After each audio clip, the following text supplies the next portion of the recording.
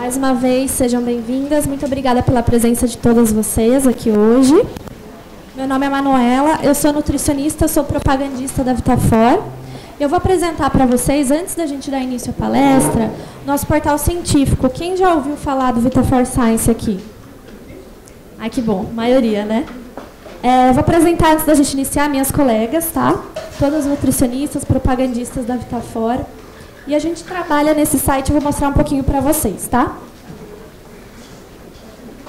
Bom, o nosso site técnico, ele conta, primeiramente, com a participação de vários profissionais renomados. Então, entre eles, médicos, nutricionistas, doutores. E eles vão compartilhar esse conhecimento com a gente e a gente passa para vocês através do nosso portal, tá? Conhecimento de primeira mão, promovendo atualização científica de alta qualidade.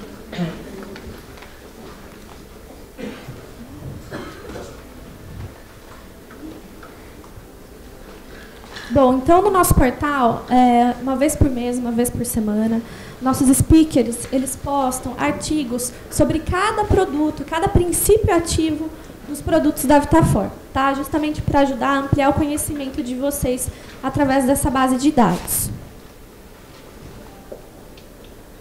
Fora todo esse conhecimento, nós temos a página das receitas funcionais, que é elaborada pela Luciana Rocha, que é a nossa chefe de cozinha, tá? Então, para ajudar vocês a trabalhar e a brincar na hora do plano alimentar de vocês, né? Colocando aí a suplementação junto com a alimentação, tá? Então, pré-treino, pós-treino, sobremesa, tudo de maneira funcional e de maneira saudável, para ajudar no dia a dia do paciente de vocês também.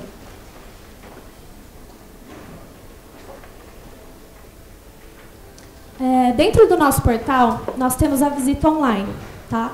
Onde eu faço a visita junto com as minhas colegas. E essa visita serve para ter esse contato direto com vocês. Então, uma vez por mês, a gente realiza essa visita. Ela não difere de uma visita presencial, tá? A gente mostra para vocês um ciclo de produtos.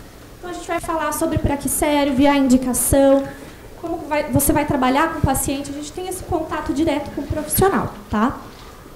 Em seguida, a gente envia todo o material técnico do produto apresentado e também as amostras, que chegam pelo correio também. Bom, além da visita, a gente tem o chat, que é online, né, que funciona de segunda a sexta, para tirar aí a dúvida de todas vocês que possam surgir durante o dia, tá?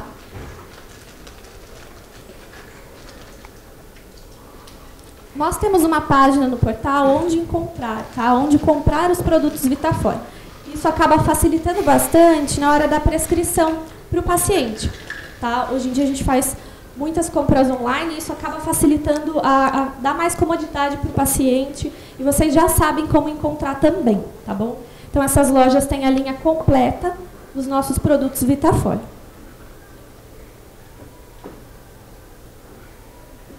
Nós temos no site a área de cadastro, tá? Esse cadastro, ele traz alguns benefícios que eu vou mostrar para vocês. Então, como que funciona? Você vai na página do cadastro, na área exclusiva, vai preencher todos os dados de vocês, nutricionista, sobrenome, enfim. Vai colocar o seu e-mail junto com uma senha, tá? Então, você tem esse livre acesso para o cadastro, que é feito de forma gratuita. Então, após esse cadastro, a gente vai ter uma série de benefícios, esses conteúdos exclusivos que a gente fala. Então, desde o material técnico, então todos os nutricionistas, os profissionais da saúde cadastrados, eles têm acesso ao material técnico de cada produto, biblioteca científica, estudos Vitafor, as palestras online, a visita online e o desconto de 30% para o profissional nutricionista. Tá? Então, vou explicar um pouquinho como que funciona. Informações técnicas. Eu quero saber sobre determinado produto, então eu coloquei o exemplo FOS. Já vai me dar os benefícios, os diferenciais, a recomendação de uso. Tá? Então, no dia a dia, no consultório, a gente consegue acessar rapidamente, tá? Até o aplicativo que eu vou falar para vocês depois. E isso acaba facilitando e tirando possíveis dúvidas de vocês também. Tá? Biblioteca científica. Hoje eu quero estudar sobre o Sinfor. Você vai entrar lá no Probióticos e aí tem todos os artigos científicos sobre o Sinfor. Então vocês conseguem baixar, estudar na casa de vocês, pelo celular, tá bom? Então, a gente dá todas as bases de conhecimento sobre cada produto e cada princípio ativo dos produtos da Vitafor. Estudos Vitafor, que a gente faz algumas análises também, tá? Então, a gente envia esse material para vocês. E as palestras online, tá? Tudo isso de forma gratuita. Então, vocês têm esse livre acesso após o cadastro, tá? E esse é o nosso aplicativo. Então, às vezes, no consultório, para facilitar, a gente baixa o aplicativo. Isso acaba sendo até mais fácil. Conversando com o paciente, já consegue mostrar no aplicativo. O paciente ele consegue também baixar o aplicativo e tirar algumas dúvidas, ver a receita também funcional. Então, vocês têm esse contato direto com a gente e com o paciente, tá? A todo tempo.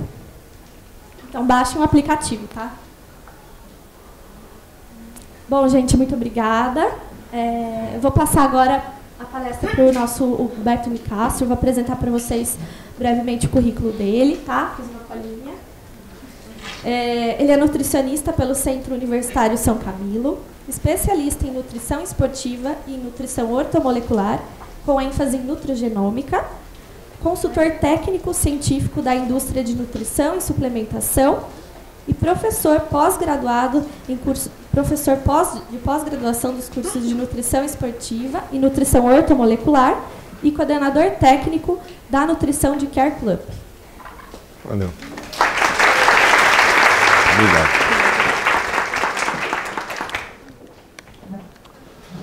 Boa tarde, pessoal. Estão me ouvindo? Sim? O som chega? Bom, mais uma vez, bem-vindos ao Vitafor Experience. Parabéns à Vitafor e ao Vitafor Science pela iniciativa.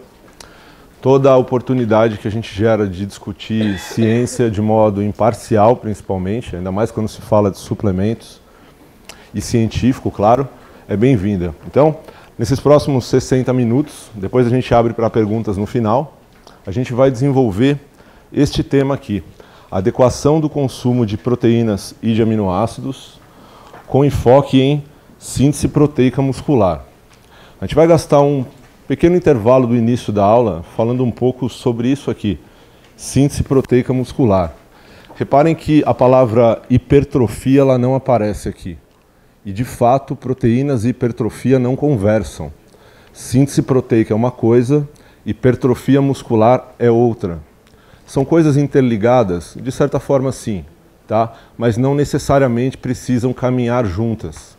São adaptações fisiológicas distintas, geradas por vias distintas e por nutrientes distintos também. Quando a gente fala de síntese proteica, já está embutido no nome. Proteico, proteína. Hipertrofia não necessariamente tem relação alguma com proteína. Isso é extremamente importante, porque quando a gente foca em conduta, a gente foca num efeito clínico final. E quando o efeito clínico final é este, a gente prioriza, claro, a adequação da ingestão proteica. Quando o objetivo final não é este, ele é a hipertrofia, isso faz parte, mas não é o ator principal da conduta. É só um coadjuvante. Vejam só. A primeira coisa que nos leva a gerar essa discussão é a confusão atual que a gente tem acerca do que é esporte e o que é estética. E aí a gente começa a entender a diferença de síntese proteica para hipertrofia. Em teoria, isso é esporte, isso é estética. São coisas totalmente distintas. No esporte, a gente busca isso daqui: aumento de trabalho mecânico, ganho de capacidades físicas, por exemplo, força, resistência de força, tolerância ao esforço, ou seja, função muscular. O esporte ele prioriza isso, performance, correr mais rápido, pular mais alto, fazer mais força. Isso é estética, não é atleta, porque musculação não é esporte.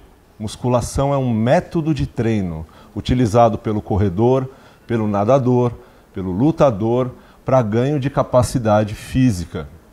Esporte é desenvolvido em cima de desempenho.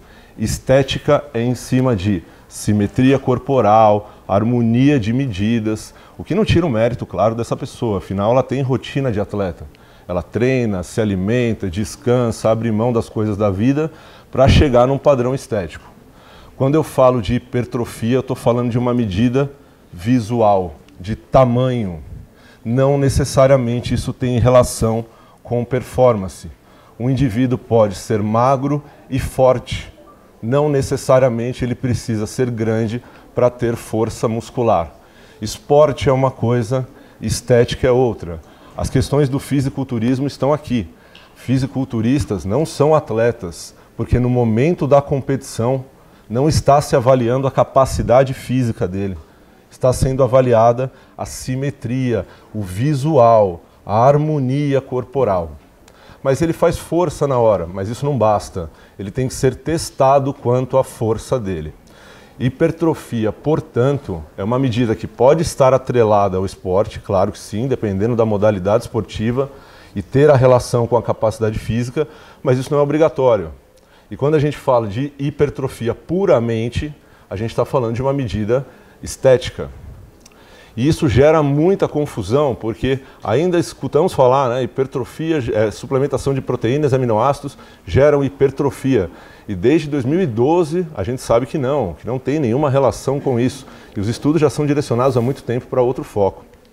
Bom, sabendo disso, o que a gente precisa entender para desenvolver o conteúdo de síntese proteica versus hipertrofia é isso daqui.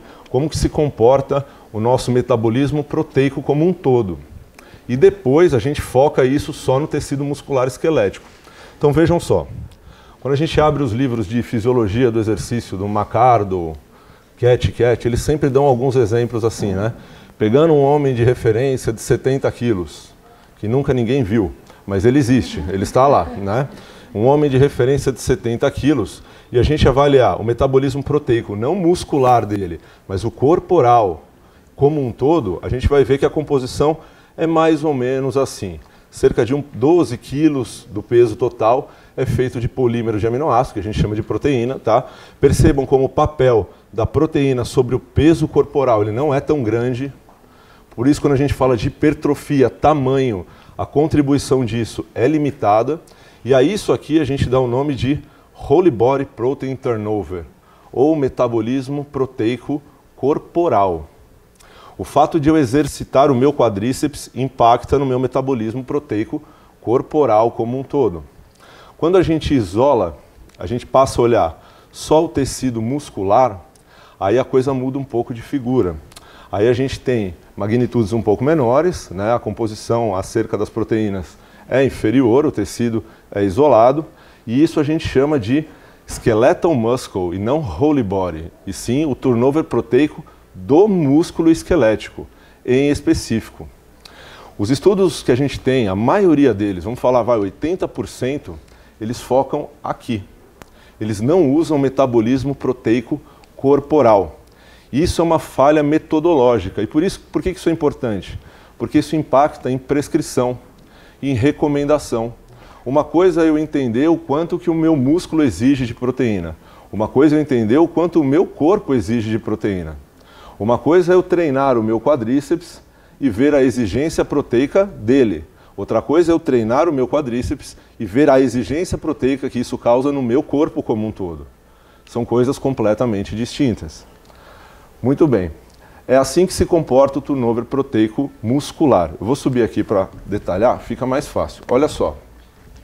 Nós temos aqui duas curvas, tá? A primeira delas a gente chama de MPS, quer dizer Muscle Protein Synthesis, ou síntese proteica muscular, e não corporal. Percebam que essa curva, esses tempos que vocês estão vendo aqui embaixo, são didáticos. Ignorem isso, isso aqui é só para a gente ilustrar em aula. Não é dessa forma que se comporta. Percebam então que o ilustrativo do Stuart Phillips é para mostrar que você acorda de manhã, você faz uma refeição rica em proteína, com bons aminoácidos essenciais, uma boa composição, isso estimula a sua síntese proteica, você passa algumas horas sem se alimentar, faz uma nova refeição, que estimula, e assim você passa ao longo do dia. A área achurada que vocês veem entre as curvas é o que a gente chama de turnover, ou de balanço proteico, muscular, não estou olhando para o corpo inteiro. A linha pontilhada, MPB, essa daqui, ó, B quer dizer breakdown, ou Muscle Protein Breakdown, que seria o catabolismo proteico muscular. Então o que a gente está vendo aqui é a diferença entre construir e degradar, síntese e degradação proteica. Reparem em uma coisa, proteínas não têm nenhum efeito sobre a degradação proteica. Aquela velha história que a gente escuta falar que proteínas são anticatabólica, né? Isso na verdade não tem suporte científico algum e nunca teve. Nunca ninguém demonstrou em seres humanos na literatura que proteína tem efeito anticatabólico. Afinal, proteínas são feitas de aminoácidos. E aminoácidos são feitos de carbono, hidrogênio, oxigênio e nitrogênio. E o papel do nitrogênio no organismo humano não é fornecer energia. O papel do nitrogênio no organismo humano é construir tecido, é participar do processo de síntese. Energia a gente obtém a partir de carbono, hidrogênio, oxigênio, glicose e ácido graxo. O papel da proteína, portanto, é construir, estimular a síntese proteica. Isso não é hipertrofia. Isso é construir mais proteína. Isso contribui para a hipertrofia? Claro que sim, porque o músculo também é composto de proteína. Mas 60% a 80% do nosso tecido muscular é feito de água. O músculo é feito de água e de coisas que atraem a água para dentro dele. Exemplo, 1 grama de glicose atrai para dentro do músculo 3,14 moléculas de água. Creatina atrai água. Fosfato atrai água. Portanto, se eu quero aumentar o volume do meu tecido muscular, eu preciso colocar mais água ali dentro. Eu preciso de glicogênio, eu preciso de fosfato. Mas essa estrutura tem que ser forte, senão ela não comporta. Eu preciso construir mais miofilamentos de actina, titina, musculina, nebulina, proteínas do sarcômero que vão fazer o processo de contração muscular. Daí a gente já começa a relacionar que carboidratos, fosfatos, creatina têm um papel muito mais predominante com hipertrofia. E proteínas parece que se relaciona mais com a força e com a função muscular. Quando a gente adiciona aqui o que está faltando na figura, que é o estímulo mecânico de força ou exercício, a curva que é amplificada, de novo, é a curva de síntese proteica. É o piloto e o copiloto do avião. Você precisa ter um bom ambiente gerado pelo exercício de força e você precisa ter uma boa matéria-prima, que quem fornece é a ingestão alimentar, as refeições, por meio da adequação da ingestão de proteínas. Portanto, falou de proteína, a gente tem que falar de síntese proteica, construção de proteínas e não de hipertrofia. Síntese proteica, essa é a variável primária quando a gente fala em manutenção de ganho, tá, de massa muscular. Também, as duas coisas que influenciam diretamente, tantas outras influenciam, tá? Mas as principais que a gente vai tratar hoje aqui são os nutrientes, e dentre eles os aminoácidos essenciais, e o estímulo mecânico adequado, o papel do educador físico. O tempo de estímulo dessa síntese proteica ela é muito variável. Existia-se lá na década de 90 o conceito da janela anabólica, ou janela de oportunidades e etc. Hoje, com as técnicas de mensuração de síntese proteica, a gente entendendo e medindo isso de uma forma mais fidedigna, a gente sabe que não é assim tão restrito e tão fechado. O estímulo pode chegar até a 48 horas pós-estímulo. Não é naquele momento restrito, específico, com pressa. E, em média, os estudos falam em 4, 5 horas. Isso quando há somente proteínas estimulando. Quando você coloca o exercício de força junto, a amplitude do sinal passa a ser muito maior. E, por fim, é o que eu acabei de falar, quando você associa, pode chegar até a 24, alguns falam até em 48 horas. 24 eu acredito que seja um número mais factível do que 48 horas. Como que eu meço síntese proteica em alguém? Como que eu sei que aquela proteína que eu ingeri está sendo revertida em mais miofilamentos do sarcômero? A metodologia é um tanto quanto complexa. Aqui no Brasil ninguém faz, só fora daqui, no Canadá e na Inglaterra, são os dois únicos lugares que a gente tem acesso a isso. Basicamente, você é infundido com um radioativo, um aminoácido marcado, normalmente é a fenilalanina no carbono 14. Esse aminoácido marcado ele vai ficar sendo rastreado dentro do organismo. E aí, durante a infusão, então imaginem só que você infunde o aminoácido marcado, na veia, você recolhe na artéria, então o indivíduo ele fica canulado, literalmente, e você vai fazendo uma biópsia muscular de tempos em tempos, ou seja, você vai tirando um bifinho da perna dele de tempos em tempos, tá? Então você sabe o quanto você colocou do aminoácido marcado para dentro, você sabe o quanto você não aproveitou e saiu, e você sabe o quanto ficou ali dentro. E durante essas medidas ele pode treinar. Normalmente as pessoas ficam na cadeira extensora, canulados e sofrendo as biópsias ali e treinando. E aí no meio disso tudo você pode testar alguma coisa. Por exemplo, eu quero ver se o whey protein estimula a síntese proteica. Então, enquanto o indivíduo treina, ele é biopsiado, canulado, ele toma lá o whey protein e isso é avaliado.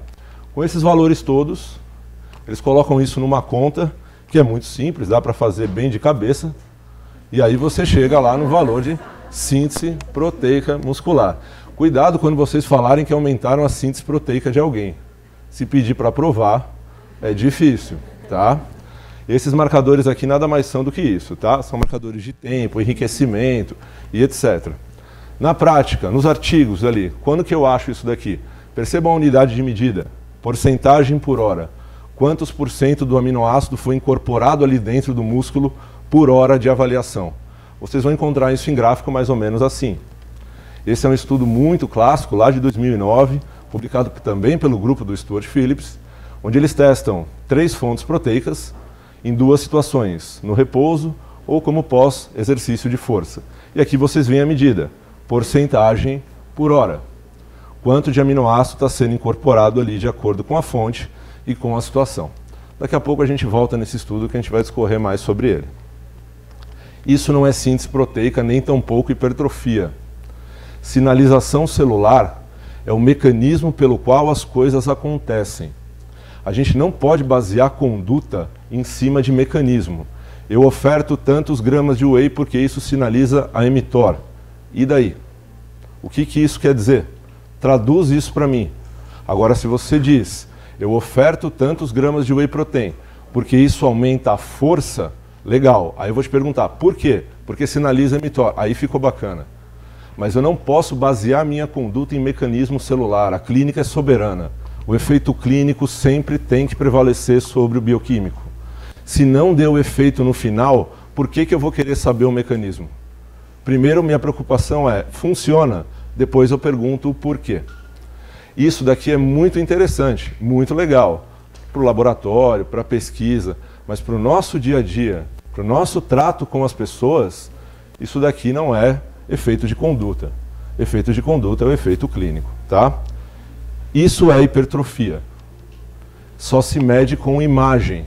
DEXA, raio-x, tomografia. Aqui a gente enxerga a área muscular. No consultório, nós não medimos hipertrofia. Nós medimos massa gorda e massa livre de gordura.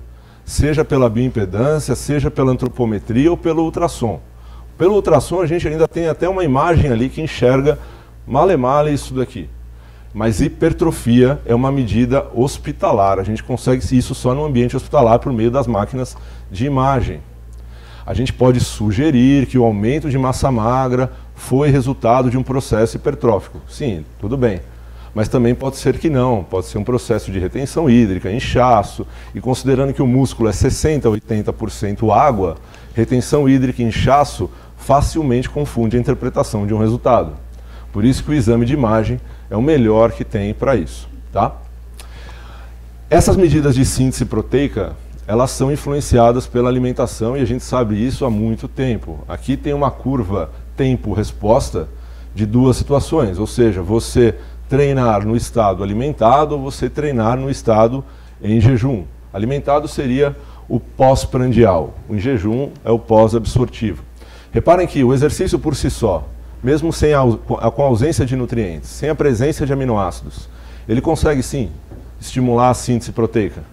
Mas a magnitude disso pode ser amplificada se você conseguir conciliar com uma boa ingestão proteica e uma boa ingestão de aminoácidos. Lembrando, estamos falando de síntese proteica e não de hipertrofia. Nós estamos falando de construção de proteínas musculares, que não necessariamente contribuem para o aumento de tamanho. Ok? Sabendo disso, então, começam a vir as controvérsias. Por que falar de proteína é tão polêmico? Por que todo mundo, cada um fala uma coisa? É mais simples do que parece. O problema é que tem muita interpretação pessoal em cima das coisas. Se a gente analisar friamente o que foi desenvolvido e o que tem de evidência, é muito mais simples do que parece. Vejam só alguns exemplos que eu listei aqui para vocês. Proteína, lá em 2003, a gente tinha a primeira meta-análise. Meta-análise significa você reunir todos os trabalhos que existem até então, passar um pente fino neles e dar um novo tratamento estatístico para isso. E a proposta dessa meta-análise do JP de 2003 era: quais são as promessas para aumento de força muscular que realmente são efetivas? E em 2003, se a gente olhasse proteína e perguntasse, aumenta a força, somando todos os estudos que nós tínhamos? A resposta era não. Segunda pergunta, aumenta a massa magra? Não é hipertrofia, é massa magra. Também não. De 2003 até 2012, a gente teve um gap. Porque isso daqui levantou uma bola que todo mundo queria rebater. Os estudos estavam sendo feitos de uma maneira errônea, a metodologia era falha, tinha vários pontos que precisavam ser corrigidos. De 2003 a 2012, então, a literatura acerca de proteína ela foi refeita. Basicamente foi isso. E em 2012, nós tivemos uma nova meta-análise publicada na melhor revista da área que a gente tem de nutrição, que é o American Journal of Clinical Nutrition. E em 2012, fizeram a mesma pergunta. Proteína aumenta a força? Proteína aumenta a massa magra? A primeira resposta que eles deram em relação à massa magra. Percebam que vários dos estudos, com exceção de um ou dois aqui, todos foram feitos depois de 2003. A literatura foi refeita, foi corrigido, separando em jovens e idosos. Essa área vermelha que eu circulei para vocês é a somatória do resultado de todos eles. E aí sim a gente tem uma resposta overall. Eles disseram então, e esses estudos duram em média 12 semanas de treinamento de força com suplementação proteica. Resumindo tudo isso, em 12 semanas, se você treinar coerentemente e com foco, consistência, e suplementar a proteína adequadamente, você vai ganhar massa magra. Sim, você vai ganhar os incríveis 690 gramas. Ou seja, proteína em 2012 continua não aumentando massa magra. Não é o papel dela esse. Mas quando eles se perguntaram acerca da força, a coisa muda de figura. Durante 12 semanas treinando e fazendo a adequação da ingestão proteica, a força aumenta em aproximadamente 13,5 quilos. É muita coisa. Realmente, proteína não tem um papel determinante, ela participa, mas não é determinante sobre o aumento de massa muscular, de tamanho, mas sim sobre a função do tecido muscular, força. Portanto, proteínas são nutrientes muito mais ligados ao esporte do que à estética, muito mais voltados à performance do que à composição corporal. Em 2017, 2018, perdão, foi neste ano, saiu uma nova meta-análise, 6 anos depois, e a resposta continuou sendo a mesma. Não é o Nicasso que está falando, são eles. Eu não sou autor desses estudos, tá? Proteínas não aumentam massa muscular, elas contribuem muito com a força, com a função do tecido. Perfeito. E aí começam a vir os estudos comparativos que geraram toda essa confusão que a gente tem até então. Olha só, dependendo da forma que você compara uma proteína com a outra, você pode chegar num resultado falso positivo ou falso negativo, errado. Essas são as formas que são as principais, né? São as mais usadas nos estudos. Então a gente tem o whey hidrolisado, nem tanto usado hoje, caiu um pouco a utilização disso. A gente tem o whey isolado, muito utilizado nos trabalhos. A caseína nas suas duas formas, a caseína micelar e o caseinato de cálcio. E as fontes proteicas de origem vegetal agora, né? A proteína do arroz, da ervilha, a soja é a mais antiga utilizada. Acabou de sair o primeiro estudo com a proteína da carne.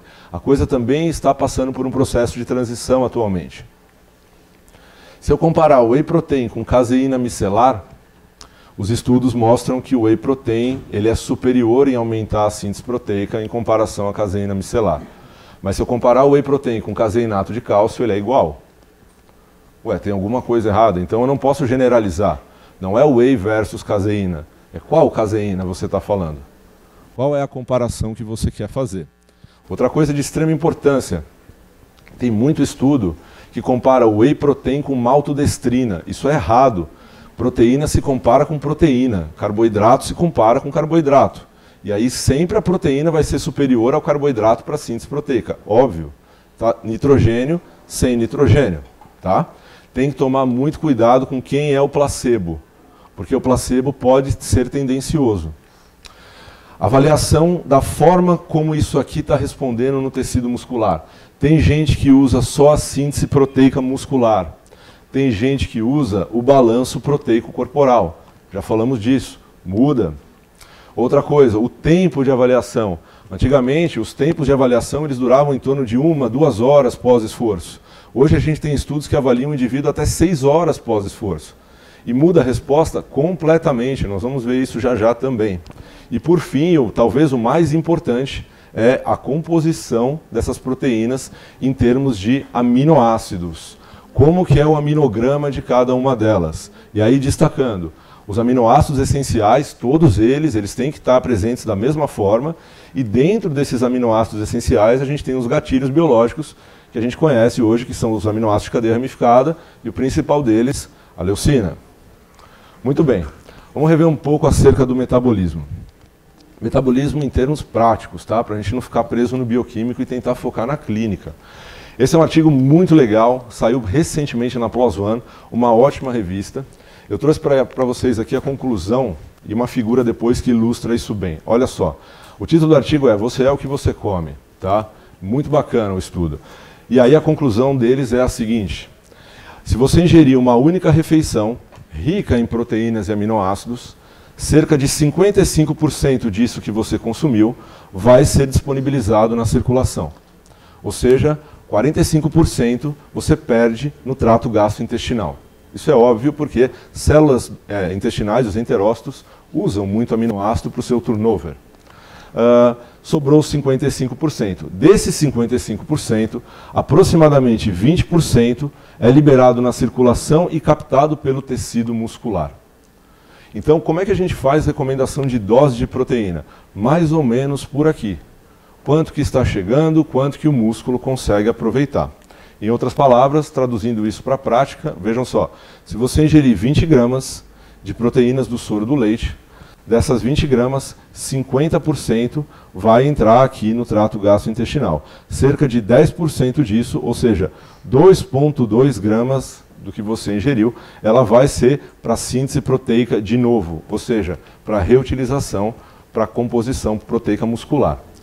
Isso é em situação de repouso.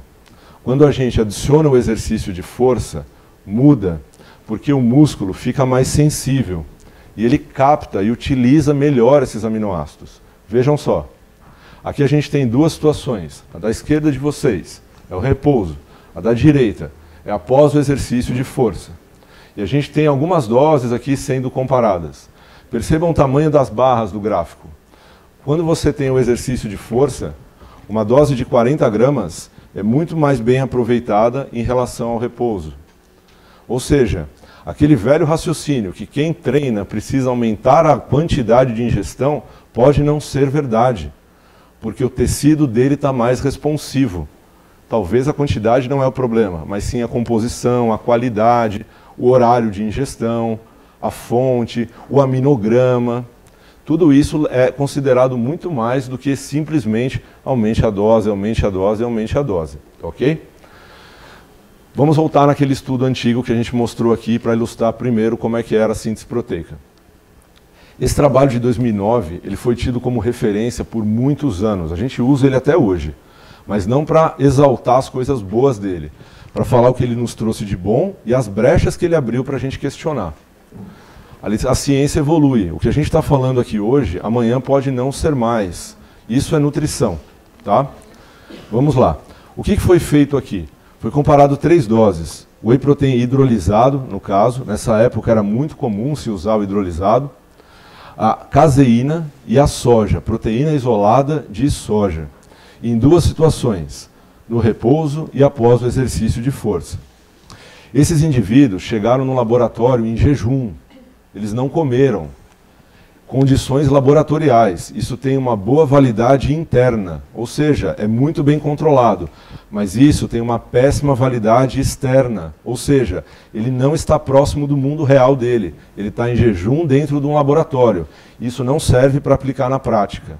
Isso serve para a gente olhar e sugere o que possivelmente pode acontecer na prática. Vejam só a situação de exercício, nem vou me apegar ao repouso, tá?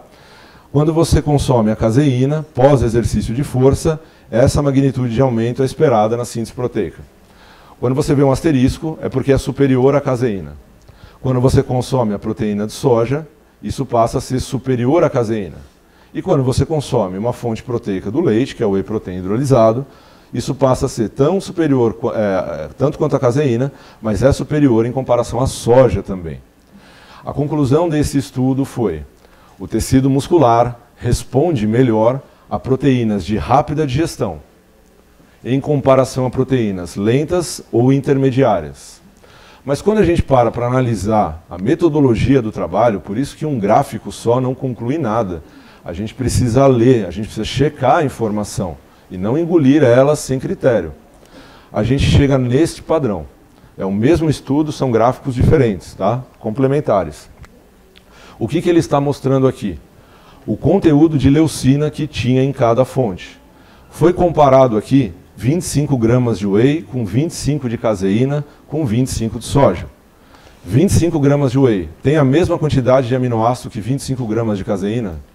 Não. E não tem a mesma quantidade de aminoácido que 25 gramas de soja? Também não. É uma comparação injusta. Quando consome-se os 25 gramas de whey protein, vejam o que acontece com a concentração de leucina no sangue, a leucinemia. Ela triplica praticamente, ela parte de 100 nanomolar para atingir 300. E isso a gente observa aqui na área abaixo da curva. Quando você faz essa mesma análise com a caseína e com a soja, você vê um efeito bem inferior. É óbvio, portanto, que o whey estimulou mais a síntese proteica, porque você ofertou mais aminoácido ali dentro. A pergunta que ficou aqui foi: e se eu tivesse alterado essas duas doses de caseína e de soja para que elas fornecessem a mesma quantidade de leucina em comparação ao whey protein? Será que a resposta não seria a mesma? E fizeram isso de 2009 para cá e vem fazendo constantemente, mês a mês a gente tem um artigo novo sendo publicado.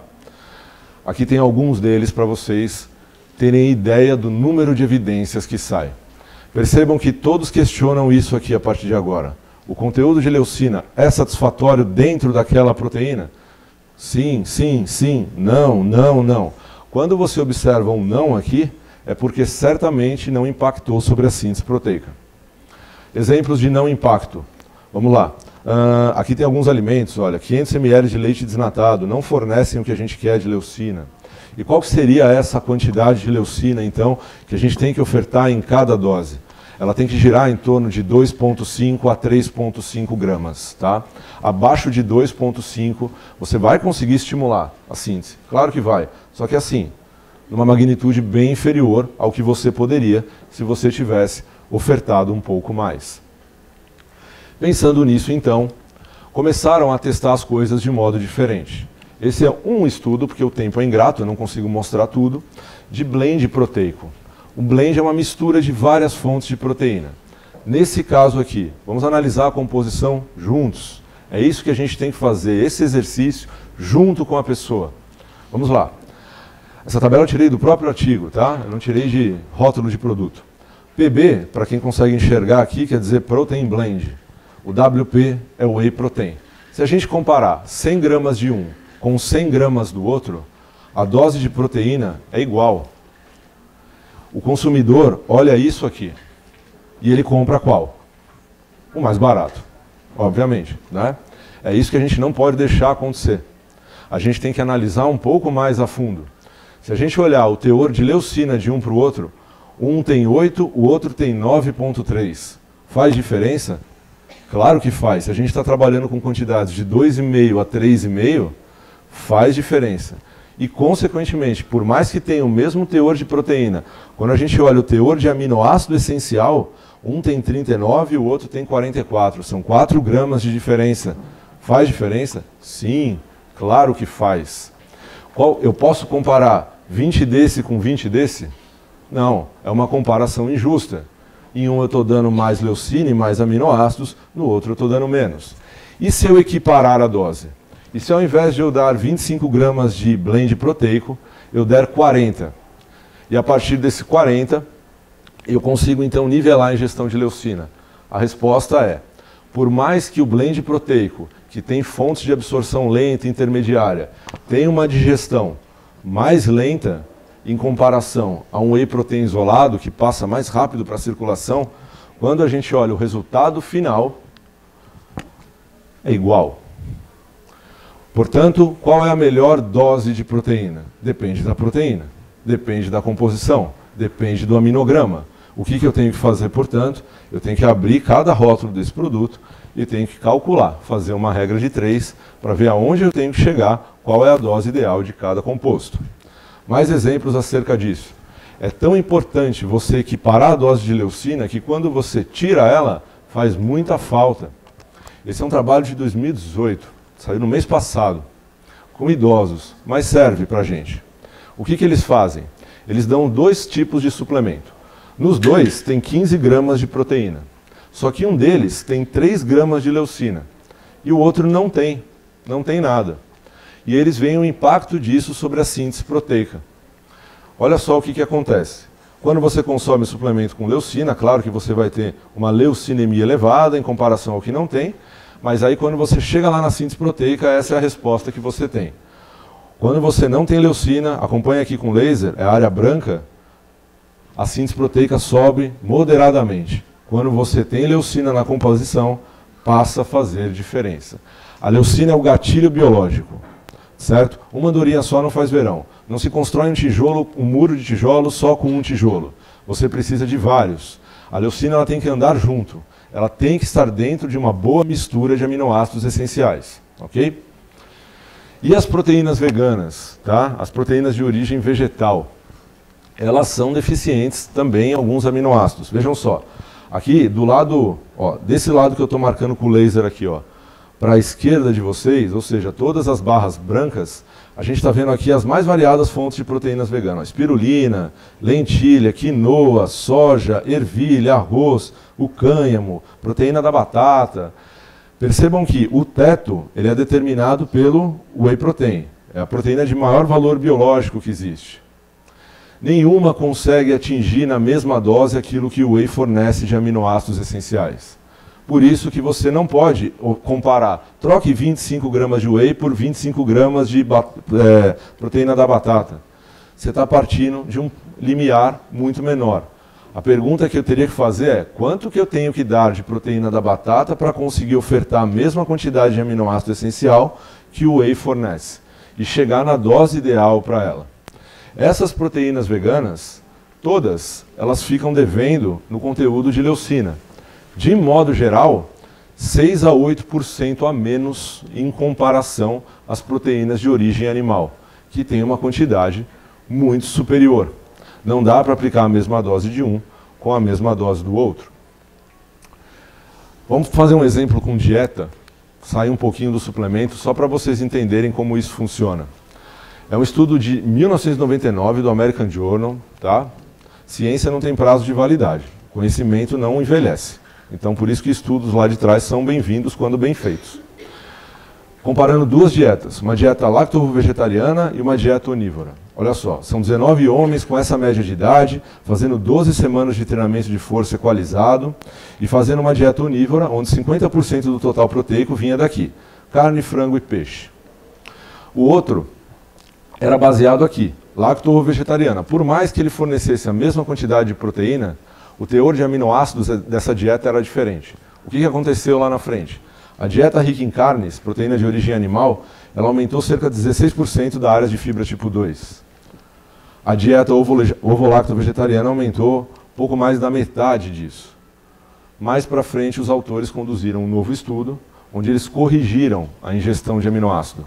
Elevaram a ingestão de proteína total para compensar a falta de aminoácidos nos vegetarianos. O que aconteceu? O resultado foi o mesmo. Foi igualzinho. Se você não faz isso, você vai chegar num resultado falso negativo. Veja um exemplo disso.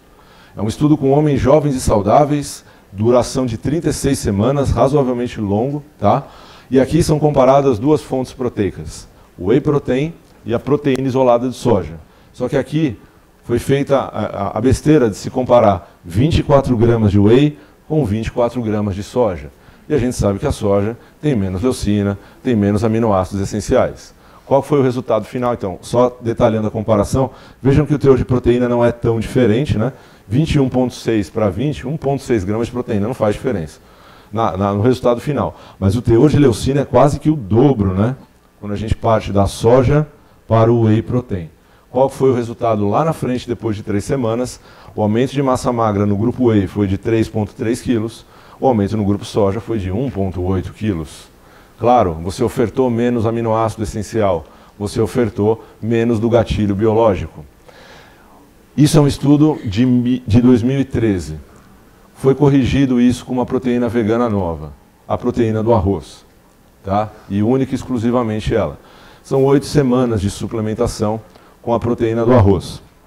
Só que são pessoas treinadas, tá? Fazendo o mesmo protocolo que a gente está acostumado. Só que a dose de proteína foi corrigida, foi prestado atenção nisso. Não foi 25 contra 25. Porque olha só o desenho que eles fizeram. Se eu comparar o aminograma dessas, vou passar todos aqui, ó, dessas duas fontes, percebam que tudo que está em vermelho aqui é o que a proteína vegana fica devendo em relação ao whey. Por exemplo, então, treonina, isoleucina, leucina, lisina e ácido aspartico. Tudo que está em verde é o que ela tem superior em relação ao whey protein. Por exemplo, fenilalanina e tirosina, glicina e principalmente arginina. Se eu não posso comparar uma dose igual de uma com uma dose igual da outra. Então o que foi feito? Vejam só, essa área verde aqui é o limiar de leucina. É o mínimo que a dose tem que ter e o máximo que ela tem que ter. Para eu ficar no meio dela com o whey protein, 24 gramas bastam. Para eu ficar no mesmo nível de whey protein com arroz, 36 gramas. Então vejam, o whey protein isolado, 24, 25 gramas. O blend que a gente viu ali atrás, 40 gramas. A proteína do arroz, 36 gramas. Cada proteína tem a sua dose ideal baseado no seu aminograma. Quando você faz essa correção e testa, qual que é o resultado final? O mesmo. Ganho de massa, ganho de força, espessura muscular, ganho de miofilamentos, é idêntico. Portanto, proteínas veganas, o cuidado que tem que se ter é qual é o aminoácido limitante, o que mais falta dentro dele. E se você tiver um produto que já vem enriquecido com leucina, isoleucina e valina, melhor ainda. Se você não tiver, vale a pena você combinar ali a sua proteína vegana com uma leucina isolada ou com BCA. Bom, se a indústria começar a fabricar produtos que são ricos já em BCA, veganos, então quer dizer que o BCA perde aplicação e a leucina isolada também? Claro que não. Tem outras funções que esses aminoácidos exercem, não necessariamente enriquecer proteínas deficientes. Eles podem fazer outras coisas isoladamente e a gente vai ver isso daqui a pouquinho. Tá? E aí, baseado nisso que a gente está falando de dose, um raciocínio que começou a ser levantado de 2 anos para cá existe então a dose ideal? É essa dose para cada fonte de proteína? E a resposta está mudando, a gente está numa fase de transição. Olha que legal o que foi feito. Esses estudos com 25 gramas de whey protein, qual que é o modelo de treinamento que eles usam nos artigos? É isso que vocês têm que visualizar. Os estudos, eles não comprovam nada, porque se comprova, acabou, não tem que discutir mais. Estudos são indicadores. Os estudos indicam que se eu usar essa dose numa pessoa com esse perfil, treinando desse jeito, eu poderei ter um bom resultado. Por isso que eu faço questão sempre de detalhar quem são as pessoas, a faixa etária, qual que é o treino e etc. Porque esse é o indicador que você tem que ter na tua prática do consultório. Esses estudos antigos de 25 gramas eram um modelo de cadeira extensora. Senta-se ali, faz força com uma perna e olha a síntese proteica. Tudo bem. Mas hoje em dia, não é isso que acontece na prática com a maioria. E se eu treinar grupos musculares variados ao mesmo tempo? Será que se eu treinar quadríceps e dorsal, eu preciso comer a mesma quantidade de proteína em relação ao dia que eu treino só bíceps? Olha o tamanho do músculo. Olha a exigência metabólica que ele vai impor no teu corpo. E o que foi feito aqui? Essa dose da casa de 20, ela foi comparada com uma dose de 40. Só que aqui treinavam-se não só um músculo, como nos outros trabalhos, treinavam-se vários músculos ao mesmo tempo. Primeira coisa que foi feito, separaram os indivíduos por composição corporal. Quem tem mais massa magra, para lá, quem tem menos. Qual que era a primeira pergunta aqui? Será que quem tem mais massa magra precisa de mais proteína na alimentação? A resposta foi não, não tem necessidade. Essa é a ingestão calórica deles. Percebam que a dieta não tem nada demais. Dieta de rotina do dia a dia que a gente costuma fazer. Uma vez que ter mais ou menos massa magra não faz diferença, percebam, né? O grupo 20 gramas daqui não responde diferente do 40 gramas daqui. O 20 gramas daqui não responde diferente do 40 gramas daqui. Ou seja, a massa magra não é critério para aumentar ou diminuir proteína. Tá? E sim o que você faz. Qual é o estímulo que você dá? É músculo grande? É músculo pequeno? Qual o intervalo de repouso? Qual a carga? Quantas séries e quantas repetições? Qual é a característica do estímulo que você aplica? Pensando nisso, se você treina músculos conjugados, a tua necessidade proteica passa a ser um pouco maior. 20 gramas são interessantes, mas 40 funciona um pouco melhor. Mas voltando, de novo, a gente está caindo no mesmo problema. Só está se considerando a necessidade de ingestão baseado em síntese proteica muscular. Não estou olhando a degradação proteica muscular. Não estou olhando o impacto disso no corpo inteiro. E se eu pegar essas 40 gramas e testar elas sobre o meu metabolismo proteico corporal como um todo? Acabaram de fazer. Fizeram. E testaram 40 versus 70. 70 gramas. É bastante, né? Se a gente olhar só para a síntese proteica muscular, que é o que a gente viu até então, 40, que é a dose, vamos chamar aqui do MP, é a Moderate Protein, que aqui é 40. R é repouso, X é exercício, tá? Só para ficar claro para vocês. Então seria 40 gramas no repouso, 70 gramas no repouso. 40 é igual a 70. 40 gramas pós-exercício, 70 gramas pós-exercício. É a mesma coisa. Mas eu estou olhando só síntese proteica do músculo. Eu não estou olhando nem a degradação dele. E se eu olhar o balanço proteico corporal? 70 é melhor que 40. As doses estão sendo refeitas. Isso está sendo estudado e vai mudar constantemente daqui para frente. 20, 25 gramas foi legal, serviu, deu um norte para a gente e nos fez entender que isso é o ponto de partida. Daqui para frente a coisa vai evoluir cada vez mais e vai mudar. Talvez, para um vegano, 70 gramas da proteína do arroz não seja suficiente. Ele vai ter que enriquecer isso com mais coisa. Não sabemos. Mas a gente sabe hoje que 25 gramas não é regra, nem 40 gramas é regra e nem 70 gramas é regra. A coisa está aberta e vai alterar daqui para frente. Lembrando do porquê que isso acontece. Porque quando a gente faz o estímulo mecânico de força, a nossa sensibilidade muscular a aminoácidos, ela aumenta. Bom, eu preciso consumir isso de 3 em 3 horas? Eu preciso adequar a minha ingestão proteica toda hora ao longo do dia? Não, não tem necessidade de fazer isso. Porque também existe uma coisa que se chama efeito refratário. Refratário quer dizer resistente.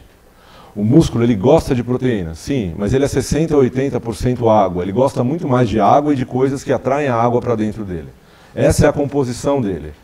Proteína tem limite. Ele gosta na dose certa, na hora certa e na composição certa. Efeito refratário significa resistente. Vamos ver como isso funciona. Vejam só. Aqui foi testado aquelas 25 gramas de whey protein isolado de uma forma única, que a gente chama de bolos, que é tomar tudo de uma vez, ou você consumir 10 doses de 2,5. Seriam as mesmas 25 gramas, só que consumidas de forma diferente. Qual que é o impacto disso? O impacto é as curvas que você tem de absorção e digestão. Quando você consome de uma vez só, o conteúdo de aminoácidos que chega no sangue dá um pico e cai. Quando você consome em doses fracionadas, você mantém isso ao longo do dia. Mas no final das contas, se você olhar a área embaixo da curva, você ofertou a mesma quantidade de aminoácidos nas duas situações. O que mudou foi a forma de oferta.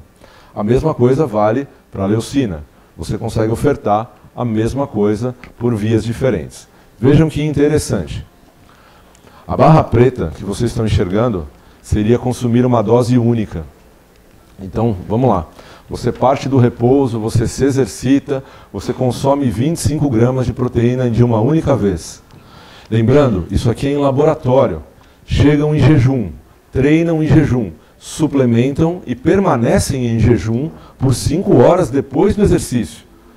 Coisa que não acontece na nossa prática. Ou seja, boa validade interna, bem controlado, baixa validade externa, baixa aplicabilidade no mundo real. Mas olha só, faça um raciocínio comigo. Se no ambiente laboratorial, que você não come, treina em jejum, para o controle da amostra, só por isso, não porque treinar em jejum é bom, não é isso, é mais para o controle experimental, você suplementa 25 gramas pós-esforço, no intervalo de 1 a 3 horas, a sua síntese proteica sobe. Bacana, você ficou sem comer. Em 5 horas, aquela dose que você tomou aqui atrás ainda continua fazendo efeito. Não adianta ficar consumindo proteína de 3 em 3 horas. Você tem que adequar a ingestão. Você tem a oportunidade de colocar naquele momento, coloca bem feito. Pega uma boa proteína, com uma boa composição, com um bom perfil de aminoácidos essenciais e um bom teor de leucina, oferta na dose certa e, lembrando, na prática, o indivíduo vai comer ainda. Então a dose vai se misturar com a próxima refeição, com o próximo lanche. Não tem necessidade de se consumir durante 3 em 3 horas. Isso prova que, se eu der uma vez, o músculo responde por 5 horas, o músculo é resistente a aminoácido. Não adianta ficar dando. Tem um momento certo para isso. Ok?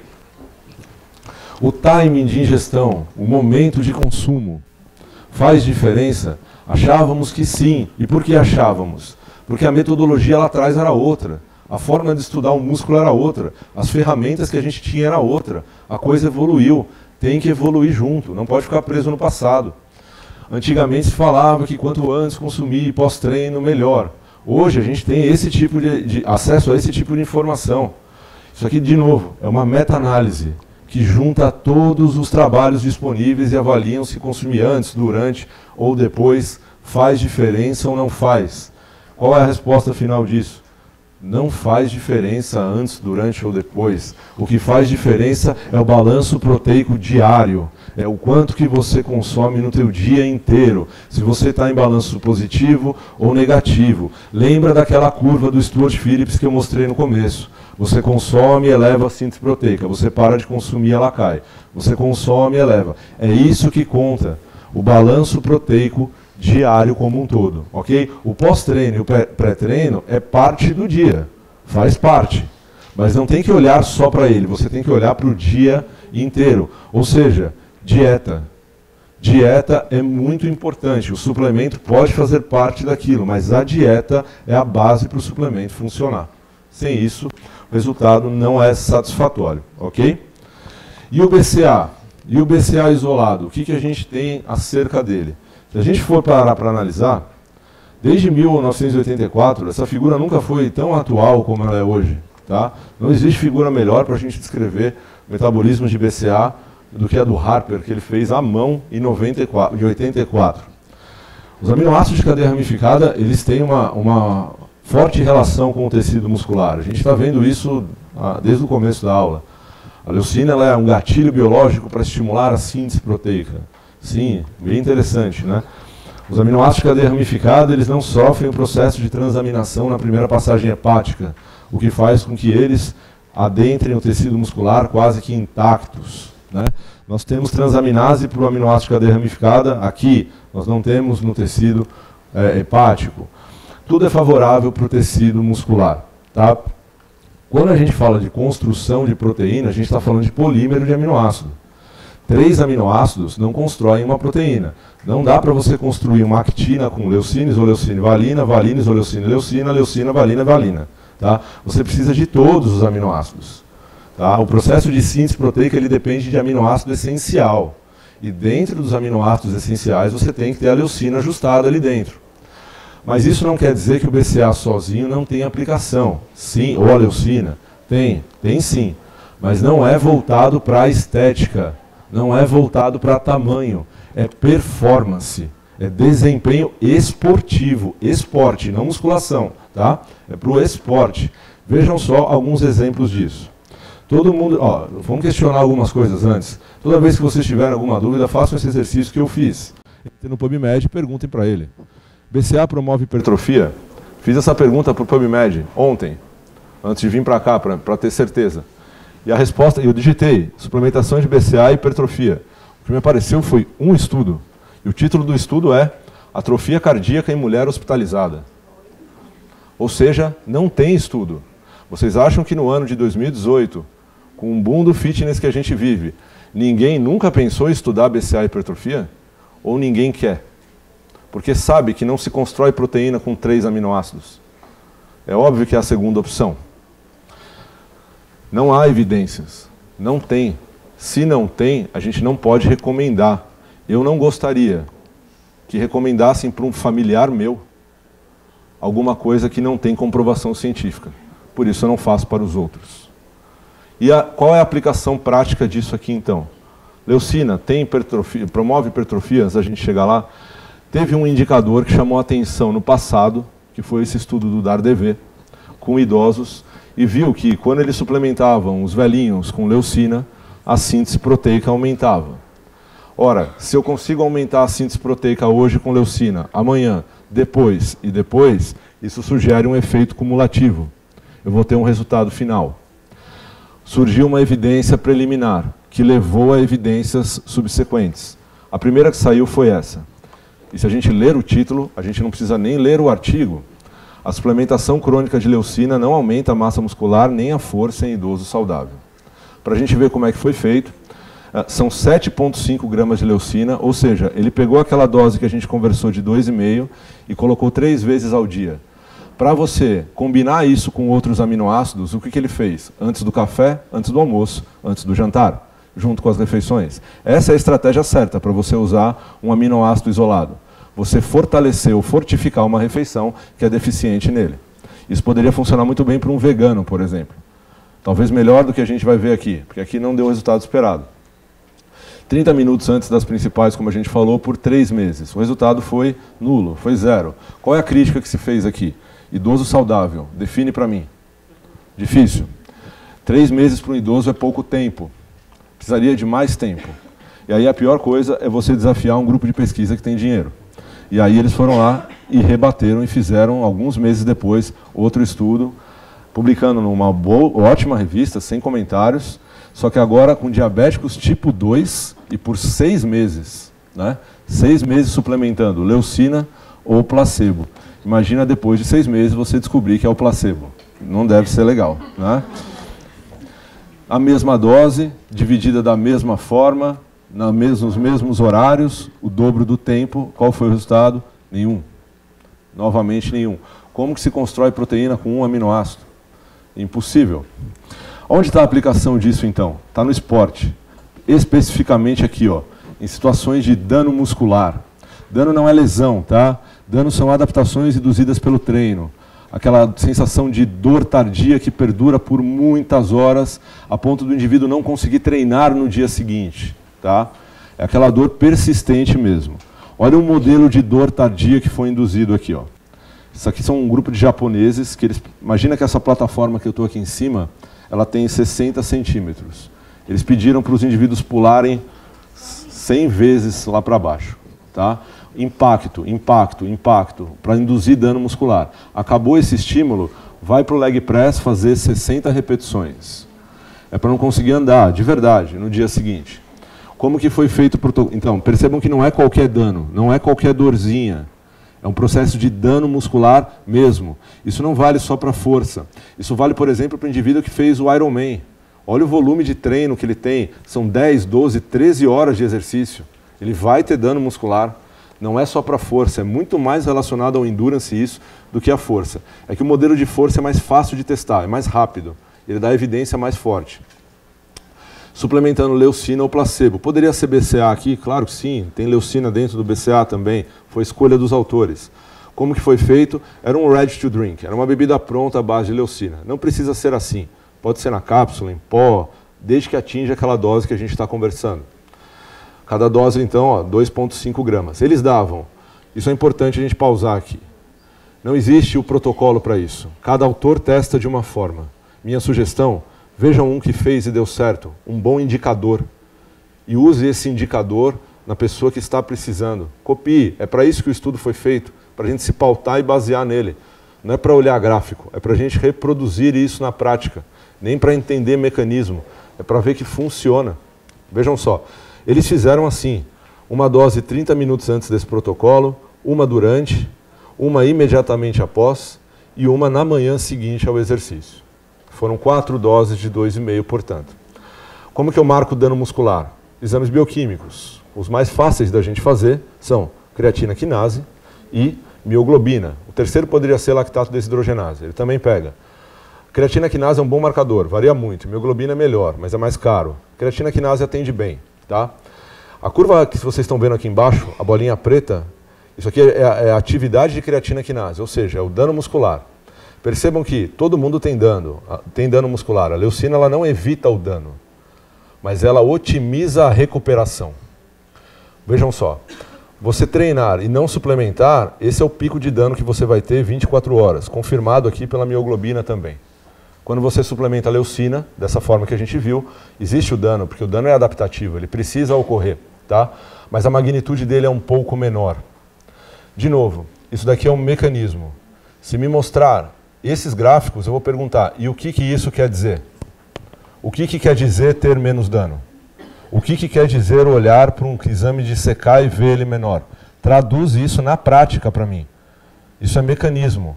Ter menos dano supõe que você tem menos dor. Se você tem menos dor, você faz mais força.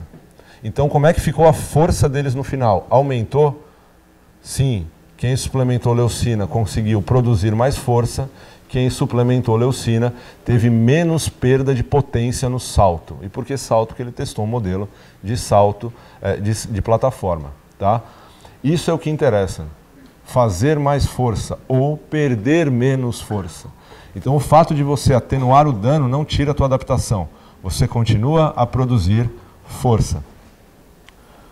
Isso vale, esse estudo que a gente viu agora era para indivíduos não treinados. Se eu pegar um treinado, sim, também, tem uma evidência bem recente, que nem deu tempo de ler ainda, mas existe, mostrando o mesmo perfil de resultado. Por fim, o suplemento que a gente conhece por estimular síntese proteica e metabolismo proteico, né, muscular como um todo, é a creatina. Vamos passar isso daqui, porque o metabolismo aqui no caso é irrelevante. A pergunta que a gente faz é, se o músculo é feito então de 60% a 80% de água, se eu colocar mais água ali dentro, será que não seria interessante? Sim, seria. Seria por vários motivos. Primeiro, porque realmente o volume aumenta. Segundo, por quê? Imaginem que isso daqui é a nossa sala de aula. Essa sala de aula está cheia. Tem cadeira, tem gente. Imagina que eles levem a gente para uma sala o dobro do tamanho dessa. A gente vai ter que colocar mais cadeira ali dentro, concordam? Mais gente para preencher a sala. Imagina que você encheu um músculo de água. Você abriu espaço. Ficou muito espaço vazio ali dentro. Você precisa preencher aquilo aqui dentro. Quando você faz esse processo de inchar a célula muscular, isso se chama swelling, que é o inchaço muscular, você mobiliza proteínas de membrana que estão aqui. Já existem algumas identificadas. Algumas até já viraram um suplemento esportivo. Principalmente o ácido fosfatídico, né, o tão conhecido. Ele é uma proteína de membrana que faz exatamente isso. Integrinas são uma classe de proteínas muito estudada atualmente e a fosfolipase D também. Quando você mobiliza essas proteínas de membrana, elas nada mais, nada menos fazem do que conversar com a tua via de tradução proteica e a partir daí estimular então o processo de incorporação de aminoácidos ali dentro. Portanto, inchar a célula não é de tudo ruim. Você está mexendo com o mecanismo celular que leva então lá na frente ao processo de síntese proteica. Isso não só é verdade que desde 2003, aquela mesma meta-análise que a gente viu para a proteína, que tinha os estudos equivocados, desde 2003 a gente sabe que a creatina é um dos poucos suplementos que a gente conhece capazes de aumentar a força e a massa magra também, tá? Resumindo então o que a gente falou hoje, alguns pontos importantes. Primeiro, síntese proteica não é hipertrofia, são coisas opostas, tá? Podem andar junto, pode, mas não é obrigatório e muito menos necessário que isso aconteça. Síntese proteica a gente mede por infusão de radioativo. Hipertrofia, a gente mede por exame de imagem, DEXA, raio-x, ressonância, tomografia e assim por diante. Síntese proteica, o nome já diz, proteico, é um processo que depende de proteínas, depende de aminoácidos e principalmente do gatilho biológico que a gente chama leucina. Hipertrofia é uma medida estética, de tamanho, e isso depende muito do conteúdo interno do músculo, que é feito de água, portanto a hidratação é extremamente importante, mas a ingestão energética, calórica e de fosfatos faz a diferença também. Síntese proteica muscular não é igual à síntese proteica corporal. Consequentemente, a dose de proteína necessária vai depender muito do estímulo. É um músculo pequeno? Trabalhou isolado? Combinou? É um músculo grande? Fez supersérie? Não fez? Teve intervalo? Não teve? Isso tudo que vai determinar a necessidade proteica diária. Turnover proteico muscular também é diferente de turnover proteico corporal. Uma coisa é olhar o músculo, outra coisa é olhar o organismo como um todo. Tá? Síntese e turnover proteico. Aqui, muscular, se você olhar só para o músculo, você vai chegar a uma conclusão que você precisa de uma dose de proteína, que talvez seja menor do que aquilo que você realmente precisa, porque você está olhando só para uma variável, que é a síntese, e só para aquele músculo. Agora, se você passar a olhar para o corpo inteiro e síntese e degradação, talvez você perceba que você precisa de um pouco mais daquilo que a gente está vendo. Tá? Aminograma. Composição de aminoácidos dos produtos, das refeições, de qualquer suplemento proteico. Esse é o principal fator que a gente tem que olhar na nossa prática, no nosso dia a dia. E principalmente também o balanço proteico diário. Quanto que eu como, quanto que eu gasto, qual que é a minha necessidade em função dos meus estímulos. Ok? Queria agradecer vocês, esse aqui é o meu contato, tá? Eu queria pedir, por favor, também para que vocês não só vão atrás do meu pessoal, mas eu pertenço a uma instituição hoje que, para mim, vale muito mais do que o meu nome sozinho. Então, chequem a Care Club, um centro de medicina esportiva. Obrigado às meninas que vieram aqui hoje, da Care. Obrigado, levanta a mão vocês aí, ó. Esse é o meu time. Obrigado por vocês estarem aqui.